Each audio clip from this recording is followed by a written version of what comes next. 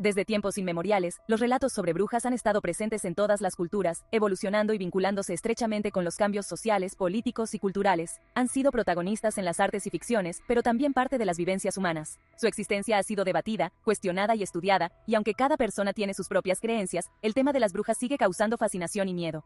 En este video, exploraremos las historias de mujeres reales que, por diversas razones y en distintas circunstancias, han sido llamadas brujas.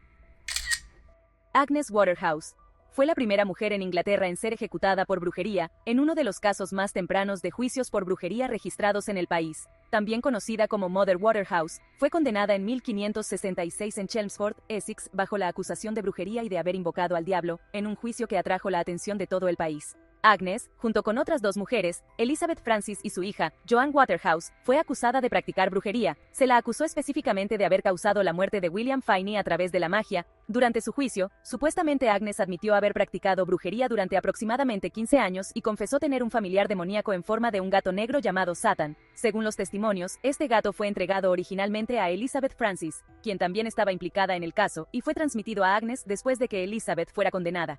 Agnes confesó que había utilizado a Satan para causar enfermedades y la muerte de personas a cambio de promesas de comida, leche o gotas de su propia sangre. Según el relato, el gato hablaba con ella y exigía compensaciones por sus servicios. Este detalle es significativo porque en muchos casos de brujería, se creía que las brujas tenían familiares demoníacos, animales que actuaban como sus ayudantes y cómplices en la magia negra. A lo largo del juicio, se presentaron muchos testimonios en su contra, pero uno de los más influyentes fue el de su propia hija, Joan Waterhouse, quien testificó que había visto a Satan actuar bajo las órdenes de su madre. Agnes fue finalmente condenada a muerte y ejecutada en la horca el 29 de julio de 1566, convirtiéndose en la primera mujer en ser ejecutada por brujería en Inglaterra. El caso de Agnes Waterhouse marcó un precedente en los juicios por brujería en Inglaterra, sentando las bases para futuras persecuciones. Además, la implicación de su hija y el relato del familiar demoníaco añadieron un elemento sensacionalista que impactó profundamente en la opinión pública de la época. Isabel Gowdie fue una mujer escocesa que, según registros, se entregó a las autoridades en 1662 y realizó detalladas confesiones de brujería en Auldearn, Escocia. A diferencia de otros acusados de brujería, se supone que las confesiones de Isobel no fueron obtenidas bajo tortura, lo cual las hace particulares y valiosas para entender las prácticas y creencias populares de la época. En sus confesiones, Isobel afirmó haber participado en rituales, hecho pactos con el diablo y asistido a reuniones con otros brujos y brujas. Describió con gran detalle cómo ella y otros miembros de su supuesto aquelarre podían transformarse en animales, volar y participar en reuniones con un rey elfo en la corte de las hadas. Sus relatos incluían datos sobre la realización de maleficios como arruinar cosechas y causar enfermedades, y explicaba los métodos para transformarse en animales como liebres o gatos. Estas confesiones se presentaron de forma tan vívida que han llevado a debates sobre si Isobel realmente creía lo que decía o si estas narraciones eran producto de presión social, miedo o incluso alucinaciones. Su caso es particularmente significativo porque sus confesiones no solo dan detalles sobre las prácticas de brujería, sino también sobre cómo éstas se conectaban con el folclore celta y las tradiciones de Escocia. El destino final de Isabel Gowdie es incierto. No hay registros definitivos que confirmen si fue ejecutada o qué ocurrió con ella después. Es posible que haya tenido el mismo destino que muchas personas acusadas de brujería, pero esto sigue siendo una suposición. En cualquier caso, sus confesiones resultaron particularmente convenientes para las autoridades, proporcionando una narrativa detallada que alimentó las creencias en el poder y la amenaza de los aquelarres, y sirvió para justificar persecuciones posteriores. Malin Matsdotter fue una mujer finlandesa sueca que se ha convertido en un símbolo trágico de las cacerías de brujas en Suecia durante el siglo XVII. Residente de Estocolmo, Malin era una mujer común, conocida por su trabajo como lavandera. Su vida cambió drásticamente cuando fue acusada de brujería por sus propias hijas durante la histeria colectiva que caracterizó la gran casa de brujas sueca, entre 1668 y 1676. Las hijas de Malin, María y Annika, testificaron que su madre las había llevado a Blakulla, un lugar mítico donde, según la creencia popular de la época, las brujas se reunían con el diablo para participar en sabbats, rituales y orgias. Este testimonio fue complementado por acusaciones adicionales de vecinos y otros conocidos, quienes afirmaron que Malin había participado en prácticas de brujería y rituales diabólicos. El juicio de Malin fue parte del clímax del Gran Ruido, un periodo en el que la sociedad sueca se vio atrapada por un pánico colectivo, y muchos inocentes fueron condenados basándose en testimonios dudosos, a menudo obtenidos de niños o bajo coacción. Uno de los momentos más críticos en su juicio fue cuando Malin fue incapaz de recitar el Credo de los Apóstoles, un elemento básico del credo cristiano. Aunque ella alegó que era por desconocimiento del idioma y dificultades para leer, esta incapacidad fue interpretada por los tribunales como evidencia de su alianza con fuerzas malignas y su abandono de la fe cristiana. A diferencia de muchos acusados de brujería en ese periodo, Malin nunca confesó, ni siquiera mediante tortura, y siempre sostuvo su inocencia. En la ejecución, Malin mantuvo una postura desafiante, negándose a perdonar a sus hijas y rehusando darles la bendición final, lo que fue visto tanto como un acto de maldad como de firmeza ante una traición profundamente personal. Su condena fue particularmente brutal, mientras que la mayoría de los acusados de brujería en Suecia eran decapitados antes de ser quemados, ella fue sentenciada a ser quemada viva, un método utilizado solo en los casos considerados más atroces y blasfemos. La ejecución de Malin Matsdotter es uno de los casos más notorios y trágicos de la historia de la casa de brujas en Suecia, no solo por la brutalidad del castigo, sino también por el papel que sus propias hijas jugaron en su condena. Su muerte contribuyó al creciente cuestionamiento público sobre la justicia y la moralidad de las cacerías de brujas, lo que eventualmente llevó a su declive en la región. Thomasin Blythe, también conocida como Tamsin Blythe, fue una curandera y presunta bruja de Cornualles, Inglaterra, durante el siglo XIX.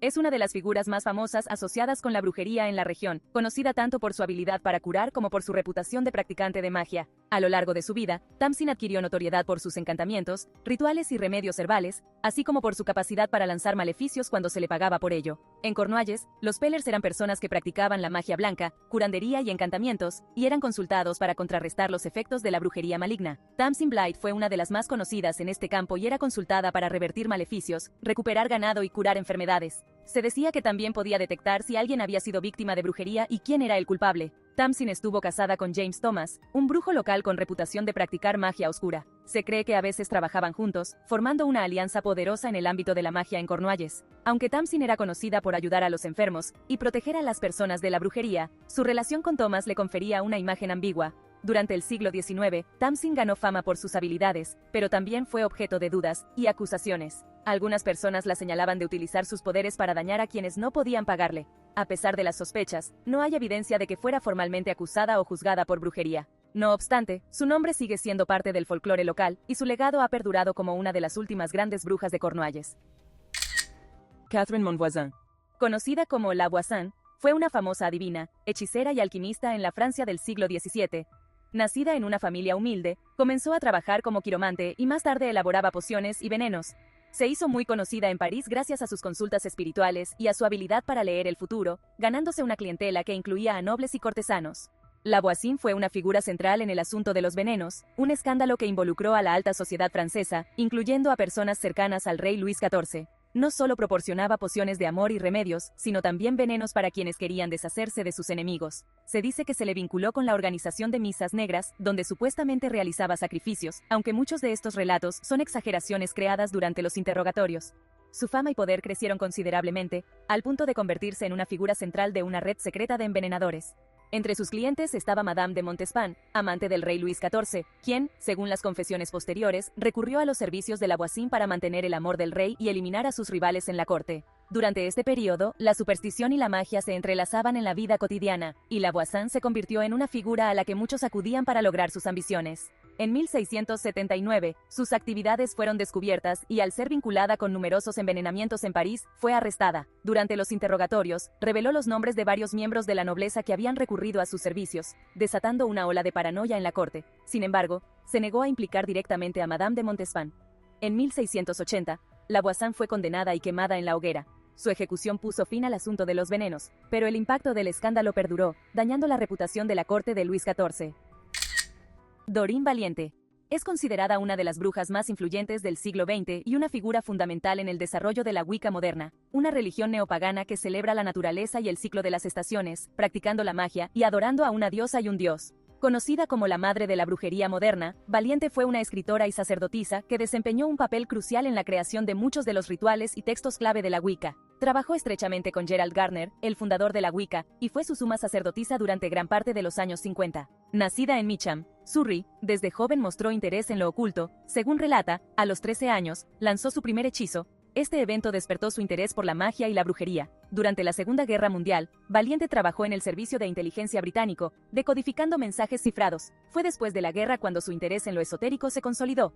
En 1953, conoció a Gerald Gardner, quien la inició en su coven wiccano. Pronto se convirtió en una figura clave dentro del movimiento, siendo la encargada de revisar y reescribir el Libro de las Sombras, el texto central de la Wicca, para hacerlo más accesible y coherente. Sus habilidades como escritora ayudaron a darle forma a muchos de los rituales y creencias wiccanas que todavía se practican hoy en día. Valiente y Gardner se separaron debido a diferencias sobre la publicidad y el enfoque ceremonial de la Wicca. Tras esto, Valiente siguió su propio camino, formando un coven independiente y publicando libros que ayudaron a consolidar la Wicca como una religión más accesible y respetada.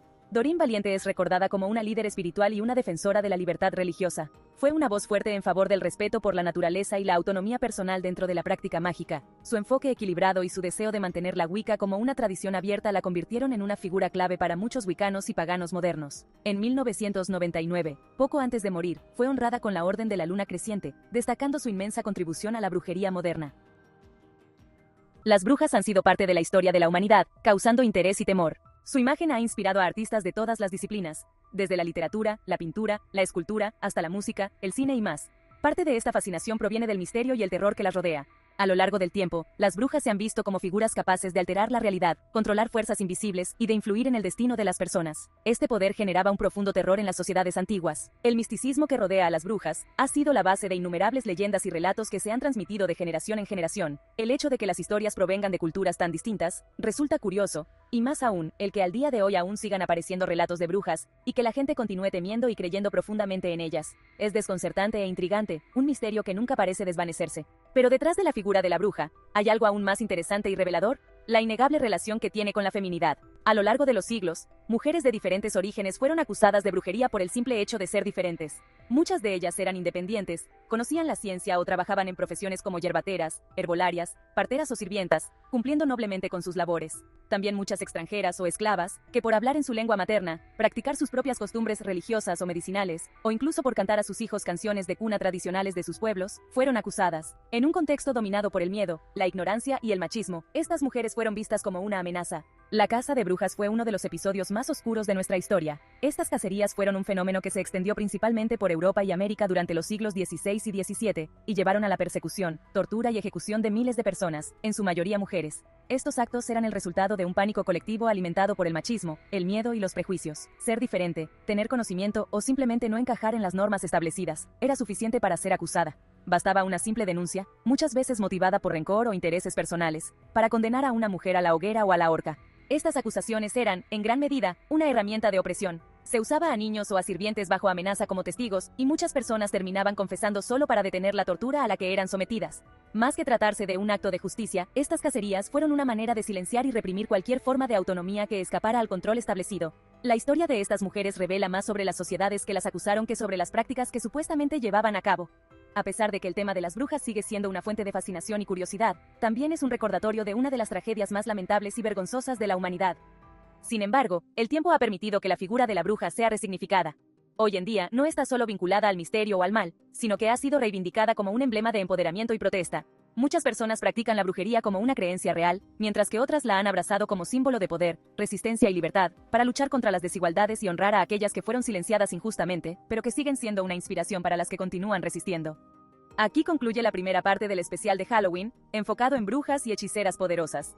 Si te interesa seguir las temáticas de las próximas semanas, te invitamos a acompañarnos en este viaje durante todo el mes, y a suscribirte para descubrir más contenido sobre mitos y leyendas.